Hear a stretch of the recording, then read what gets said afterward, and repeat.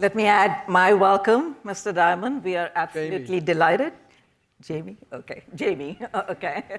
As you can see, we have a packed room here, and our overflow rooms are also packed because our audience, especially our students, are just so excited to hear from you. So I'll start with the most important question first.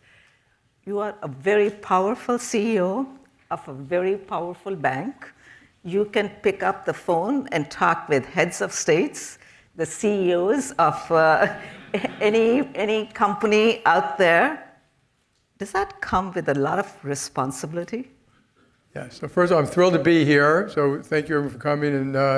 And just so Mary Erdos, I would do anything she asked me to do, just so you know, if you know her. And I think running anything comes with a lot of responsibility because I consider it an honor, a privilege, a responsibility, not something you should get arrogant about or anything like that. And the bigger, more important the institution, the more it affects the world. And so, JP Morgan, I know if I do a good job, I'm helping my employees, I'm helping my communities, I'm helping my companies, I'm helping students, we're hiring people, we're promoting people, we're going to new countries. If I do a terrible job, well, all the opposite is true.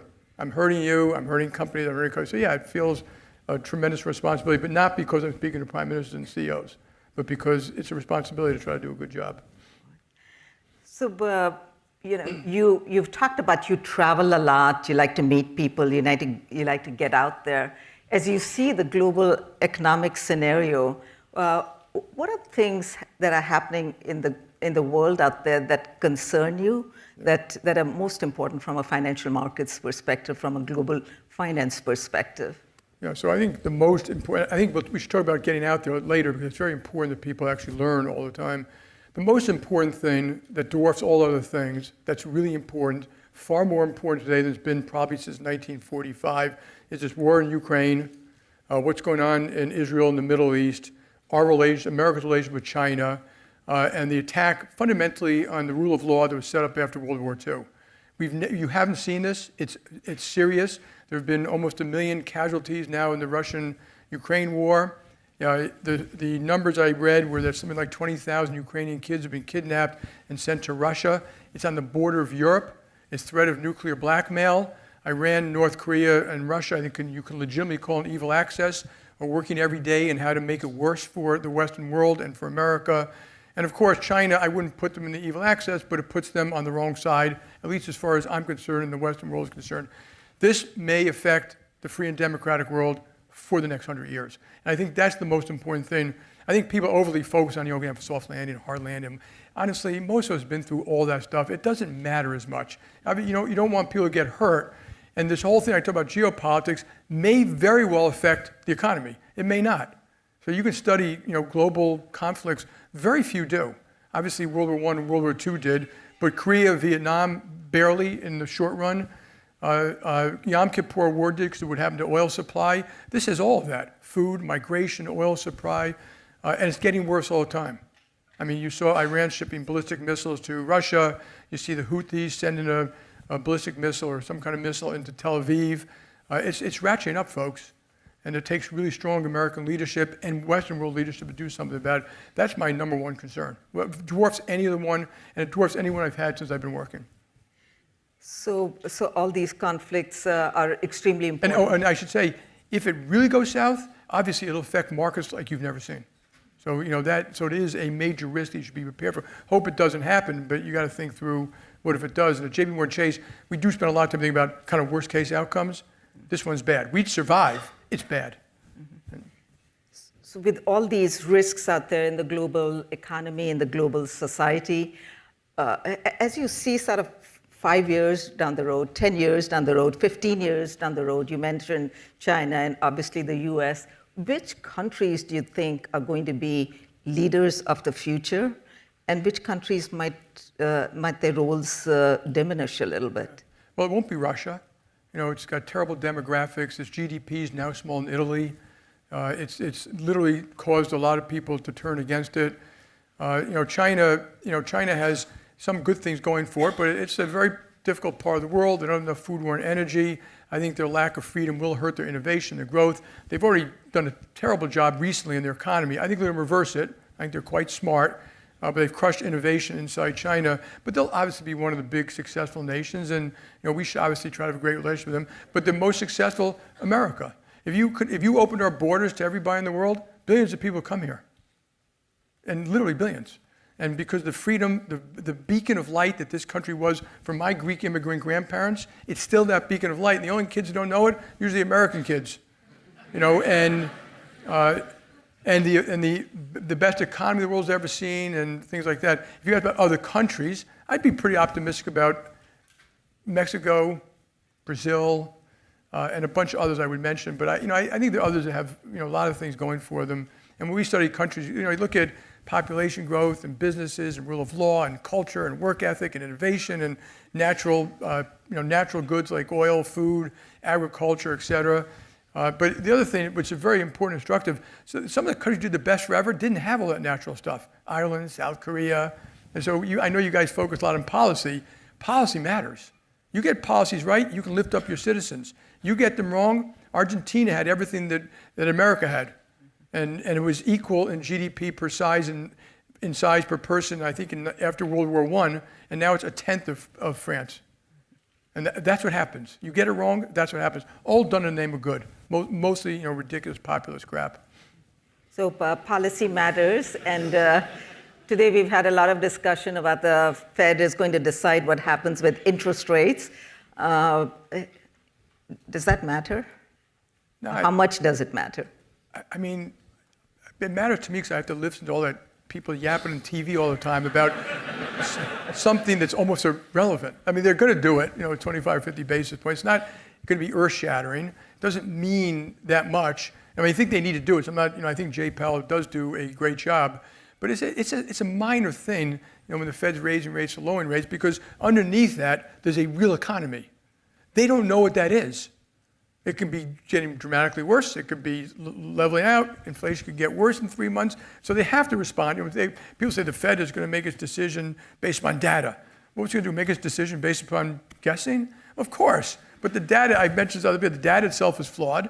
And you're operating a little bit of a fog here. They're trying to do the right thing. But that itself won't, we still go into recession or have a soft landing or something else because of that one thing. So what kind of data do you rely on? Oh, JPMorgan rely? You mentioned Chase, JPMorganChase data. So I always have this, first of all, we look at everything. So I read 5 papers in the morning, The Economist, Gloom, Doom, Boom Report, Interest Rate Observer. I read research reports or people reports. You really should always be looking at the whole world and the complexity. When you talk about the economy, 160 million people going to work every day, trillions of dollars move. We move $10 trillion a day around the world. Just JP Morgan. So think of, people talk about, well, this is this. No, there's money moving to developing nations. There are big decisions being made. A lot of it is affecting the economy today with decisions made 5 years ago. A lot of decisions that can be made tomorrow will determine inflation a year from now. And so you got to look at all that. And so, but I also say separate raw data from, kind of invented data. Like, actual data. How many homes are in the block from, a confidence level? How many people working from a household survey? How many people are, as opposed to productivity data, which is completely flawed, and from a million different ways. And so, you should look at it. I'm just saying, just be a little thoughtful about what it actually means.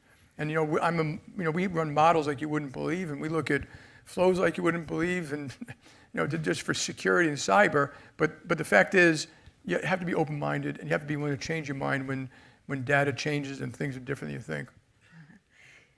Let's talk a little bit about innovation and technology and AI. What role is this innovation going to play for the global economy, for the US economy? How are you using it at JP Morgan? It's the most extraordinary. Blockchain. All technology is the most amazing thing. But just to give you about data, if I invest in something that's going to earn a profit, but I have to expense it, is that an investment or expense? To me, it's an investment. So, and I'm pointing out, accounting is a fiction too.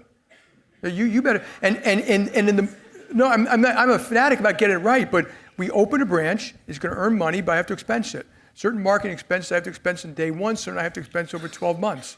And I go on and on about when people look at things, they just don't look at the actual full outcome. They're looking at, like, take investments. Like, right now we talk about investments in plant and equipment, but what's the real investment taking place today?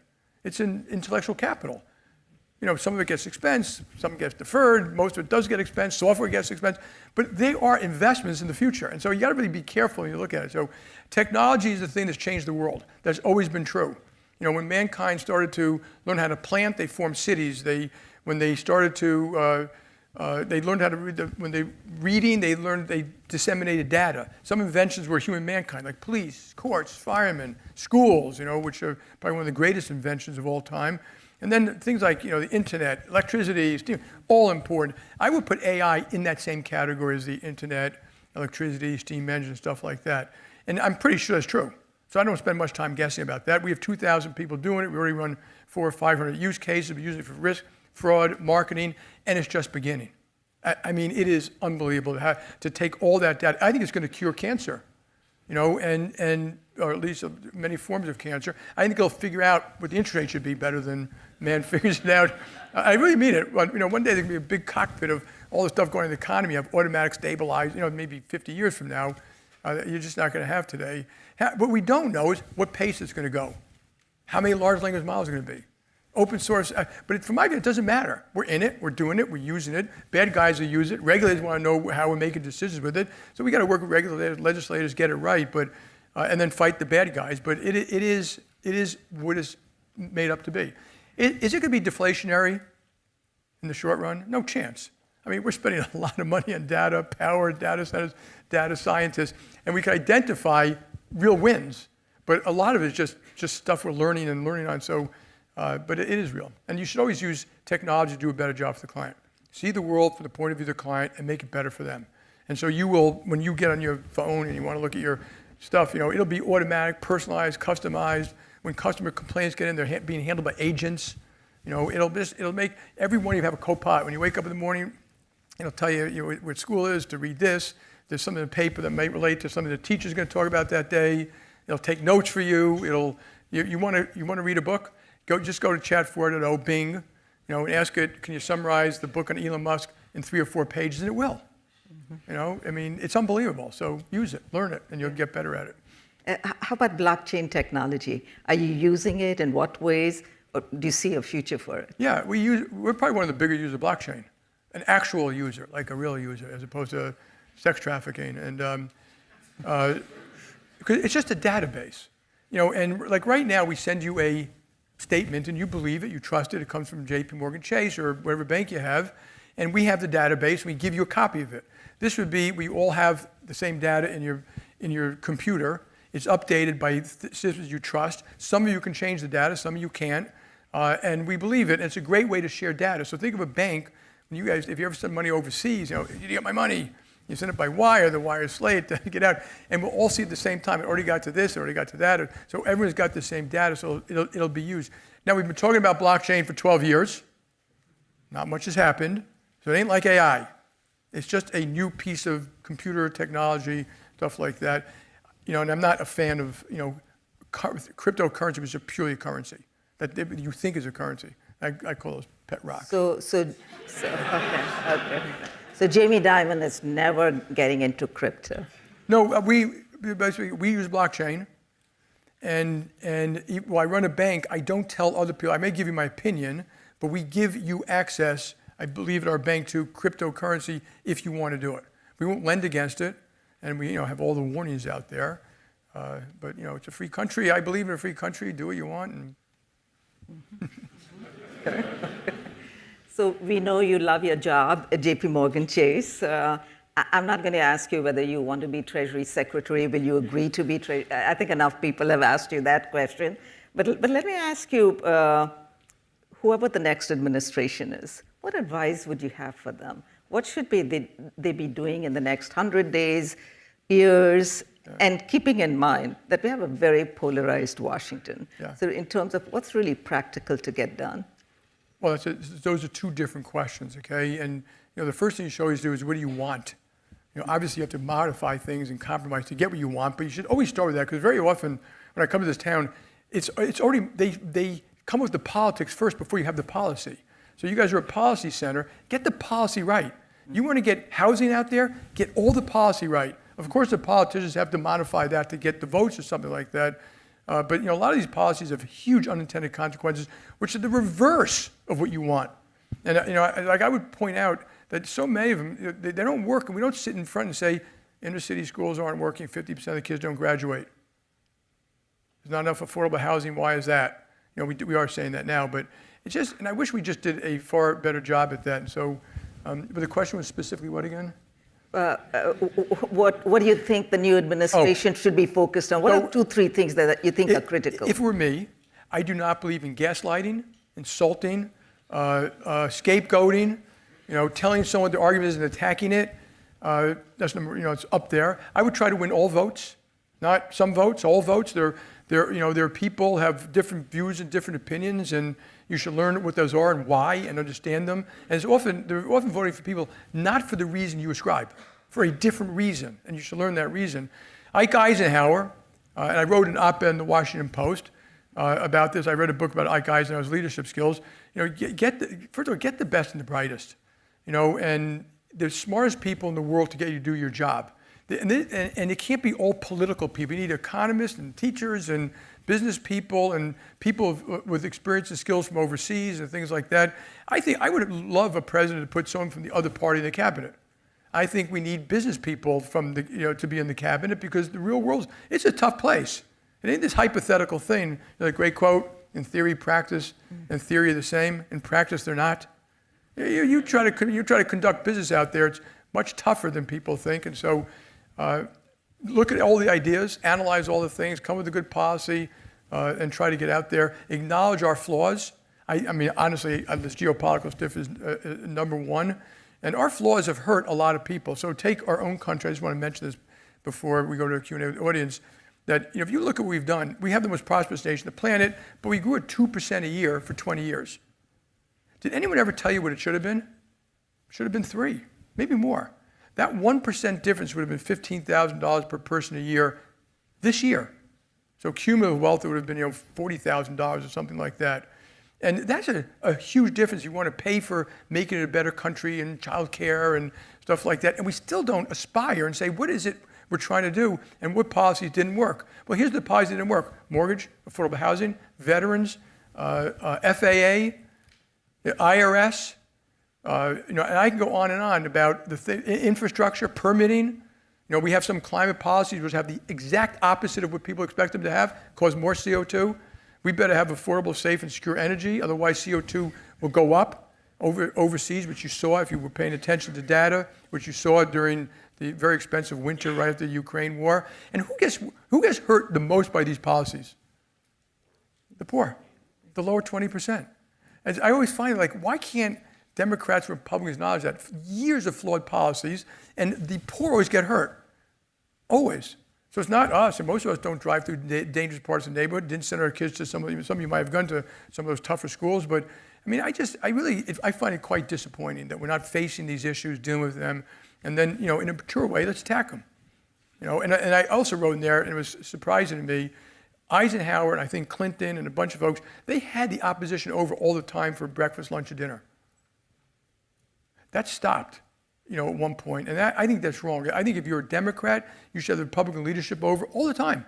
Ask them how they're doing. Ask them about their families. Ask them, is there a way we could find common ground and this or that, and vice versa. And I think you make it a better society by having a beer with someone and trying to understand and respect where they're coming from. And America should stop lecturing other countries all the time. We should push them, help them become better, but we should not lecture them about how to handle every instance in their country. We're hurting our ability. We're like the Americans, and then we do things like that just are not in their interest that we didn't even think about. I could ask you lots of questions about Basel III, about the debt, about private credit. You'll bore even me. But I'll ask you a more important question that's very relevant for our students here. They're going to live to celebrate their 100th birthday, right? Pretty much everyone here, the students here. What advice do you have for them in this very long life that they're going to lead? I'm hoping before you hit 100, Basel III is completed. I mean, it's been going on for 10 years. I would have gotten it done in 6 months. I find it unbelievable. And then the press writes for or against. Forget that. The work should be done that justifies what they want to do. with a cost-benefit study, and it didn't happen. So, I tell people, it's like the banks want relief. I don't care about relief. I want the work to be done properly. That's it. An honest assessment. And even after that, they can say 10% more capital would be fine with me. And so, but advice to students, learn. If you're a Democrat, read the Republican opinion, the good ones. There are a lot of good, very smart ones there. If you're a Republican, read the Democrat ones. Read history books. You can't make it up. Okay, you can't make it up with people how to deal with Nelson Mandela, Abe Lincoln, Sam Walton. You only learn by reading and talking to other people. There's no other way yet. Maybe one day they'll be able to inject knowledge into your brain directly or something like that.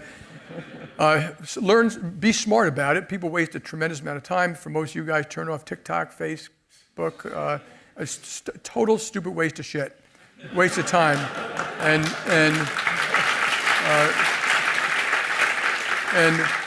look at all the facts, get to know all the people, develop your EQ, communicate well, listen, you want to be the person who walks in the room that people, they want to hear what you have to say, because they know you did your homework, you're not wasting time, you're not like just starting talking, you all see people, they walk in the room, they start talking, people, oh God, here they go again. Be flexible, don't allow yourself to be weaponized. When people come with binary arguments, they're usually not. So if you do it to me, the second you do it to me, I'm saying, excuse me, don't do that. It's not either or. It's never that. It's usually something in between. You get smarter over time. Learn how to act. A lot of people don't. They talk, but learn how to take a decision, and then have a little courage and a little grit to go behind it. And something they don't really teach you in business school, but they should. I think the most important things are curiosity, which is the learning part. It's also a form of humility. You don't know. I didn't know that. Even when I go to any branch at JPMorganChase and sit down with the teller, and she will he will teach me things I don't know.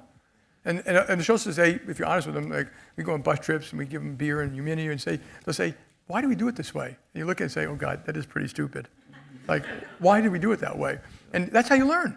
You get out, see people, go to different countries. I send people to different countries, look at the technology they're building, things like that. But the other word is heart. Treat people with respect.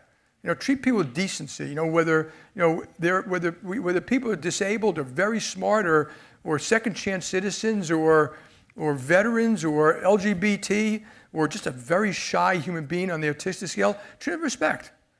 And learn that everyone can contribute, and those should be values that transcend everything. And even in a company, people expect companies to be heartless. I'm not. We treat all the people with respect. We want everyone to give to the best of their ability. We want to give everyone opportunity.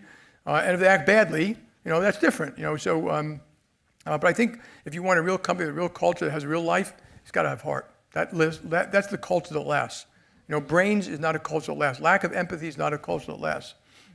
Before I ask my last question, please come up to the mic if you want to ask questions. And do we have 5 hours for Q&A? Okay. My last question. So your bank and other banks have been in the news quite a bit about the number of hours that interns are working and the whole work-life balance. What is your take on that? Okay, work-life balance. So when I go to colleges, it's something I always get asked about work-life balance. And I have to always say to myself, you have no idea what you're talking about. You've been told to ask the question, but until you have kids and a marriage, or just kids and a partner, that's when and there you need to have work-life balance. But what we tell our people at JPMorgan is you have to take care of your mind, your body, your spirit, your soul, your friends, your family, your health. And that you really have to. And we can help you do that. We've got special programs and emotional help, and even if you have a drug problem, we'll try to get you back on track and stuff like that. But you got to do that. And you can, if you work smart. A lot of people, they waste so much time. It's amazing how much more time you have. And I am hugely efficient. How I read, what I do, what I take notes, but I still get my exercise, I still get my time, I take all my vacations. So you can do it, and sometimes you just can't do it all at the same time. And then I do think there's this thing on Wall Street where you read about the hours. So we just put a new program in place. First of all, we want kids to tell the truth. So some kids are saying they work more hours than they do. Some kids are saying they work less hours than they do, so they get more work. We just want to treat the kids with respect. So we're trying to put rules in place, and you don't need AI to do this. Assignments should be given out by Wednesday, not on Friday night. So a lot of investment bankers, they've been traveling a week, they come home, they give you 4 assignments, and you got to work all weekend. it's just not right. And so that you got to teach individual by individual. I can't blanket the brush and things like that. We want weekends off. We want people to have time. We want to pay attention. Obviously, if you ever see someone in emotional need, you should help them. So we're going to try to limit, track. We actually hired someone who's going to do nothing but help manage the analysts and stuff so they can actually track it. And then they have to go back to banker by banker. You're violating it. You got to stop. And it will be in your bonus. So that people know we actually really mean it. The other thing I don't like, I just want to mention this, I know a lot of you work at JPMorgan, you take a job at a private equity shop before you even start with us. Yeah, it's crazy, yeah. Okay, wait, I'm going to say something a little different, okay, because I didn't talk about character. The most important thing about people is character. Yeah. I think that's unethical. I don't like it. And I may eliminate it regardless of what the private equity guys say or the people in the company. First, I want patriots, not mercenaries. And I think it's wrong to put you in the position. We have to kind of decide the next career move before you've had a chance to see what one company's like. So, Jamie, there's another problem. Yeah. So the banks used to come and hire students for the internship after the junior year when they were sophomores and well into the junior year. And it keeps moving early and early. They haven't even declared a major. They haven't even tried to figure out what they want to major in, what they want to do. You're right. You know what? You guys should get together some schools and some of the banks, and remember, there's antitrust law, but this is called decency and respect. Can we come up with the policies, get some lawyers in the room that we all agree to do it, because it puts the kid in a terrible position. Yeah. And so I think that's wrong, and it puts us in a bad position, and it puts us in a conflicted position. You are already working for somewhere else, and you're dealing with highly confidential information from JPMorgan. And I just don't like it. And I don't like saying, well, we have to put procedures in place to stop that from happening. Because they'll blame us one day like they usually do and shit us the fan. Okay. But you're going to be facing ethical decisions like that. Think for yourself. Think for yourself. How would you feel if you're on the other side of that thing? Would you want to be treated that way? Is it fair? Right. Rohan, you want to ask the first question, and then Haley will come to you. Sounds good. First of all, Mr. Dimon, thank you for speaking here this evening. We are absolutely honored to hear from your experiences. My question really comes down to when shocks have hit the financial system, whether it be the onset of the financial crisis to the failure of some of our regional banks last year, you have often been the government's first call to help orchestrate some of these solutions. Can you teach us a little bit about what has helped you be an effective partner with the government to help find solutions in these unprecedented crises? So you don't have it exactly right. We called the government and offered to help in First Republic. And early on, way before we did it, we had made it clear we can handle it. We got the ability, the capability, we got the people. Remember, you have to understand, to do what we did took 10,000 people working around the clock for 6 months. So it isn't like, oh, you just did the deal and you signed a piece of paper. And the second it happened, all risk was gone in the United States of America. And we knew that was going to happen. So we offered that we can do it, we have the capability. And of course, they were grateful, and then we worked with them because you do have to work with Treasury and OCC and Fed and stuff like that, FDIC, et cetera.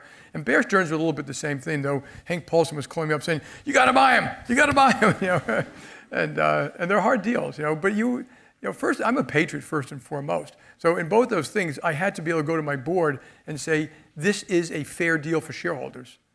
But it's a risky deal. I mean, don't ever think it's not risky to do particularly Bear Stearns, but we had to make it fair. That's why the price was so cheap in Bear Stearns, and so, and then have the ability to execute. And the ability to execute is the hardest thing. And so you got to be very careful when you do something like that. Haley.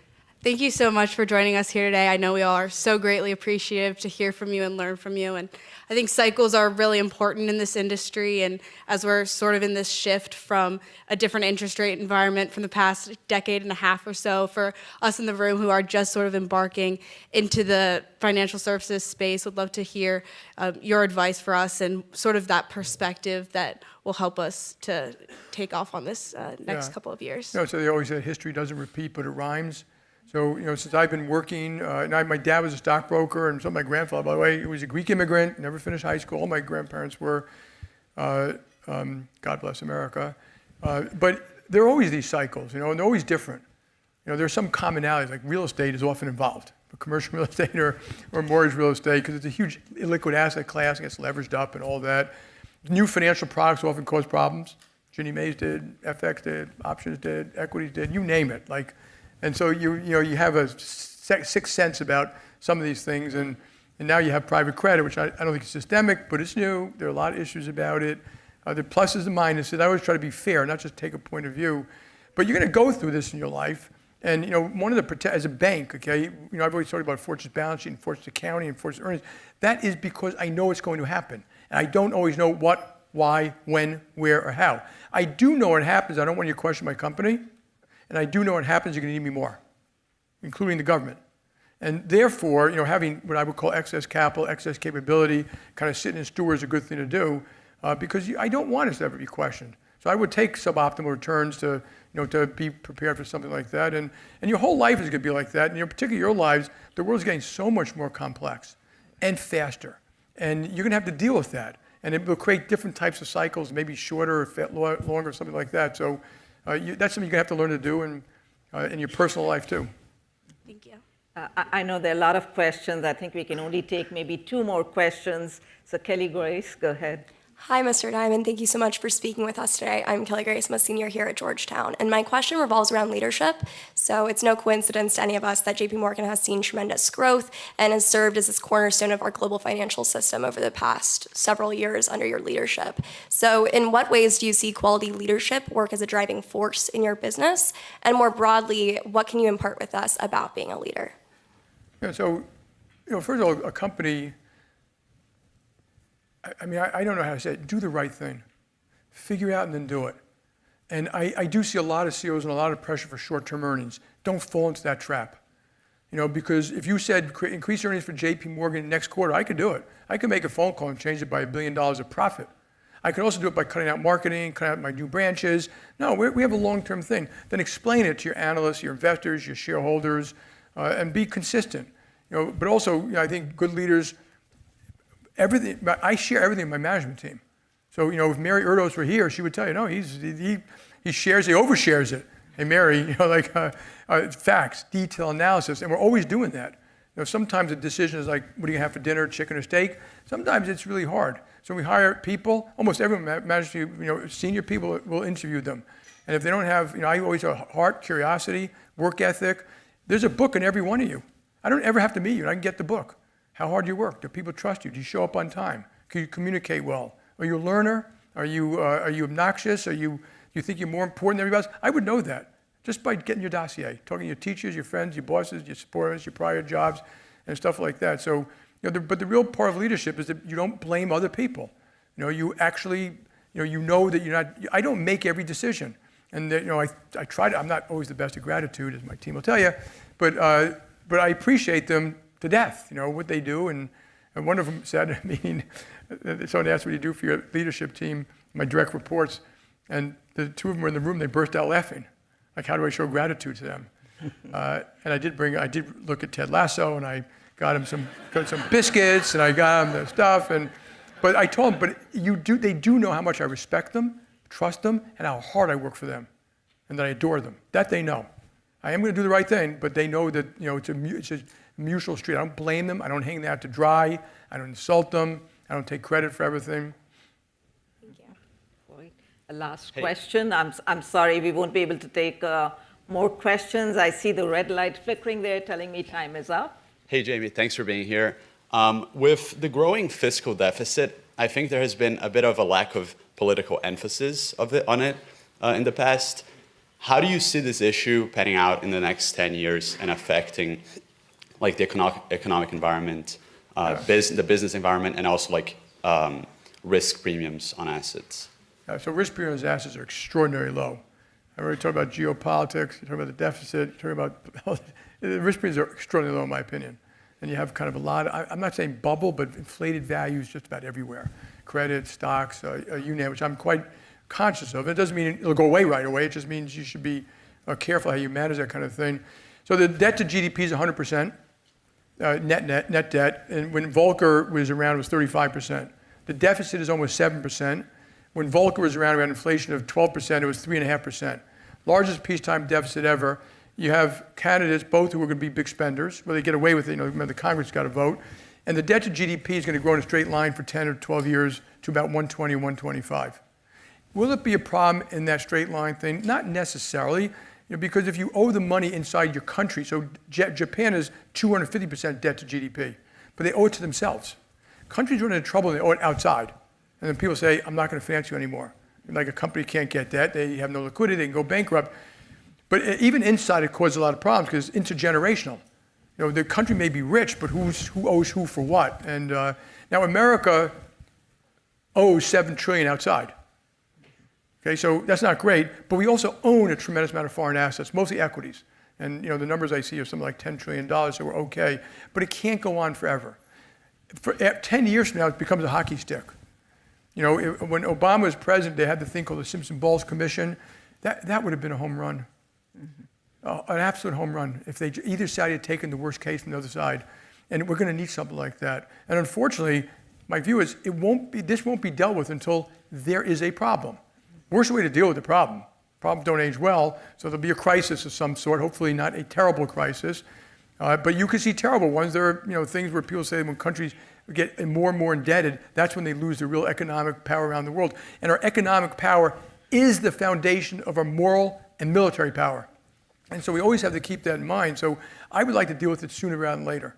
And we're going to have bipartisan, Social Security, Medicare, everything on the table, while we do more to help the military with the problems they have today around the world. So I think eventually America faces these things. If Warren Buffett were here, I don't know if you ever had Warren here, he'd say one of the great things about America, the resiliency of the democracy and replacing the leaders, and some leaders step up and do an unbelievable job.